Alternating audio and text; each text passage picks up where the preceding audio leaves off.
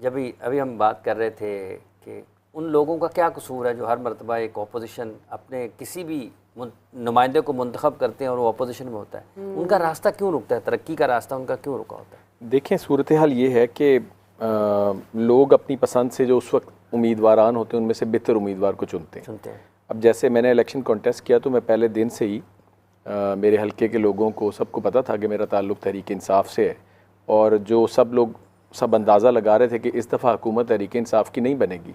तो मेरे तमाम वोटर्स ने, जो मुझे 41,000 वोट लोगों ने दिए, तो उन्होंने सोच समझ के वोट दिया, और उनका बिल्कुल मुझसे बस एक ही इलेक्शन जीतने के बाद भी समझ लें कि एक ही उनका मुझसे तकाजा था कि जी आपने तहरीक इंसाफ का साथ नहीं छोड़ना।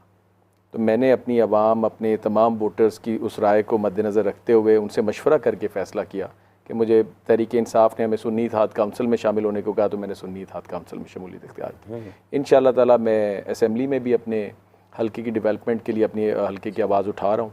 और बुनियादी मसाइल हैं क्या वहाँ पर, किन चीज़ों की अशद ज़रूरत है? सबसे बड़ा मसला तो मेरे हल्का जो है ना जी, दो हिस्सों में है। एक हिस्सा मेरा दरियाए सतलुज के किनारे पे है, उसको हम हिठाड़ का इलाका कहते हैं। तकरीबन 6 यूनियन काउंसिल्स हैं, वो फ्लड एरिया है, और हर साल जब इंडिया से ये फ्लड वाटर रिलीज़ किया जाता है तो मेरा वो पूरा इलाका ज़ेरे आब आ जाता है। अभी पिछले साल भी तकरीबन 2 महीने वो इलाके सैलाब की हालत में रहा। तो सबसे बड़ा जो वहाँ पे हमें ज़रूरत है, जो मैं समझता हूँ कि वहाँ सरकारी तौर पर किसी बड़े हिफाजती बंद की तामीर की जाए, ताकि वो इलाका और वहाँ के लोग, उनके मकान, उनके घर सैलाब से हर साल आता है ज़रूर, almost every year. Last year तो बहुत बड़ा फ्लड। ये पानी को स्टोरेज करने का कोई निज़ाम वहाँ पे किया जा सकता है? नहीं किया जा सकता, मैदानी इलाकों में पानी स्टोर नहीं हो सकता। और हर दफ़ा वही तबाही मचती है तकरीबन, जब भी सैलाब आता है तो वो तबाही मचती है। एक तो ये बहुत बड़ा मसला है। फिर बाकी पूरा जो हल्का मेरा है उसमें रोड्स की हालत बहुत ख़राब है, क्योंकि मैं आपको बता रहा हूँ कि पिछले 10-15 साल से वहाँ पे कोई तरक्याती काम ख़ास नहीं किया गया।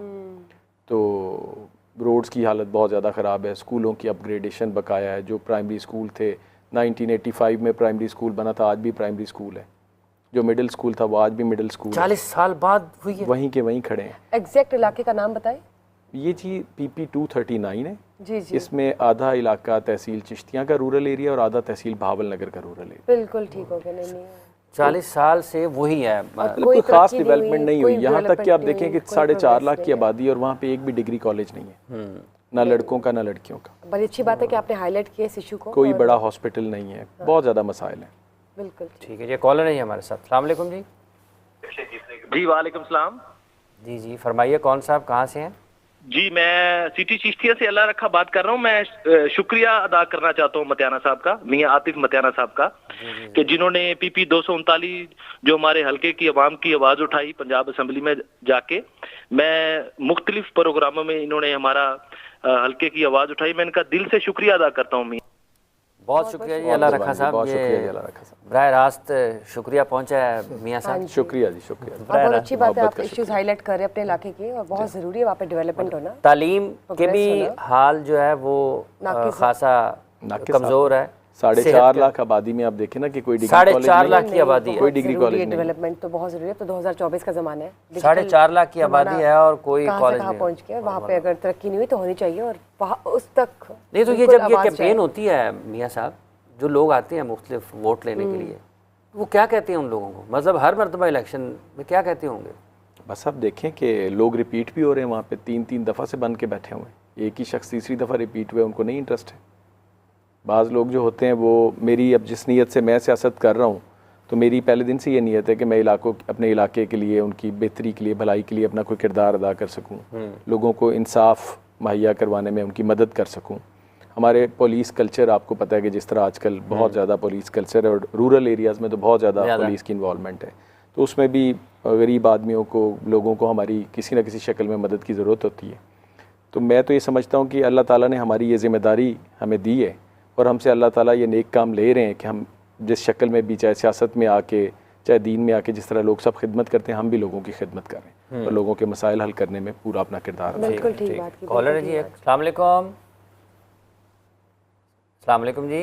लगता है कॉल ड्रॉप हो गई है। अच्छा, ड्रॉप हो गई। बहुत अच्छी बात है, आपने इश्यूज हाईलाइट किया, और हमारी दुआ है कि इंशाल्लाह ये डायरेक्ट उधर तक पहुंचे आवाज, और वो इंशाल्लाह लोग जी, खुद भी बिल्कुल। इंशाल्लाह आप असेंबली एक में सबब पैदा होता है ना जी, हाँ। तो वहाँ पे इंशाल्लाह तरक्की और इस तरह की डेवलपमेंट का काम जारी हो और कुछ चेंज नजर आए इस इलाके में भी, बाकी तमाम इलाकों ये में भी एक बुशरा होगा मुकाबला इस लिहाज से भी, क्योंकि जैसे अभी मियाँ साहब बता रहे हैं कि एक वहाँ पर सियासी लोग हैं जो मुंतखब तीसरी मरतबा वो आए हैं, और उनको इंटरेस्ट नहीं है ना, उनको क्योंकि इंटरेस्ट नहीं कोई है। डेवलपमेंट नहीं है, कोई चेंज नहीं तो है, लोगों की तो फिर तवज्जो आपकी तरफ ज़्यादा होगी इस हवाले से भी, इस एतबार एक्सपेक्टेशंस से भी भी। ज्यादा होंगी, कुछ आ बिल्कुल जी, सकेगा, लोगों ने कुछ मुझे change बड़ा आएगा। प्यार से वोट दिए हैं, बहुत बड़ी तादाद में वोट दिए हैं। आज तक उस सूबाई हल्का पे कभी किसी उम्मीदवार ने 20-22 हज़ार से ज़्यादा वोट नहीं लिए। तो ये फर्स्ट टाइम है कि किसी कैंडिडेट को 41,000 वोट्स मिले। Very nice.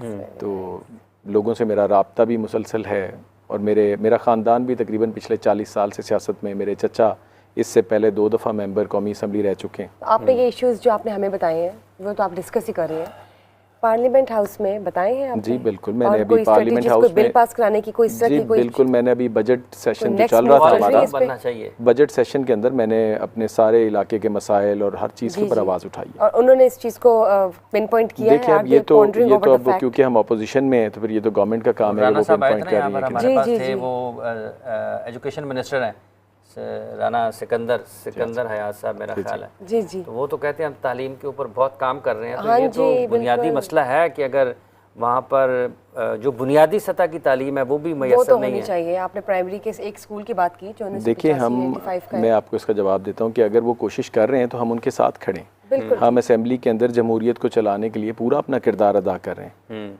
बिल्कुल हमारी तरफ से कोई उनको हर्डल नहीं है। जहाँ वो गलत करेंगे वहाँ पे अपोजिशन का काम होता है कि हमने निशानदेही करनी है। ठीक हो जैसे उन्होंने अपना बजट पेश किया, ज़िमनी बजट, उसमें जिस चीज़ पे हमें एतराज़ था तो हमारे अपोजिशन लीडर ने, मेंबरान ने बड़ी भरपूर उस पर 4 दिन बहस की, और उनकी एक एक बात जहाँ पे हमें लग रहा था कि ये गलत फंड्स का इस्तेमाल हो रहा है या किसी बात को इग्नोर किया जा रहा है, तो हमने पूरी निशानदेही की, अपना किरदार अदा किया। तो फिलहाल जो भी बजट पास हो रहे हैं उनके एंड से, हुकूमत के एंड हो से, गया जी। वो बजट तो पास हो गया, लेकिन जो आप लोगों ने निशानदेही की, वो जो फ्लोज Correction हुई है थे, कोई जो उसमें? करेक्शंस थे, किस हद तक थे? अब आपको लगता है इवन है, अब कुछ ट्रांसपेरेंसी के साथ वाकई चेंज आएगा?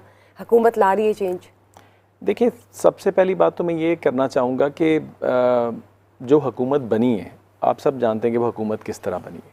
जो लोगों ने वोट दिए हैं, मेरी नज़र में लोगों का जो वोट था, जिस जमात के नुमाइंदों को लोग वोट देना चाह रहे थे, उनके साथ ज़्यादती की गई।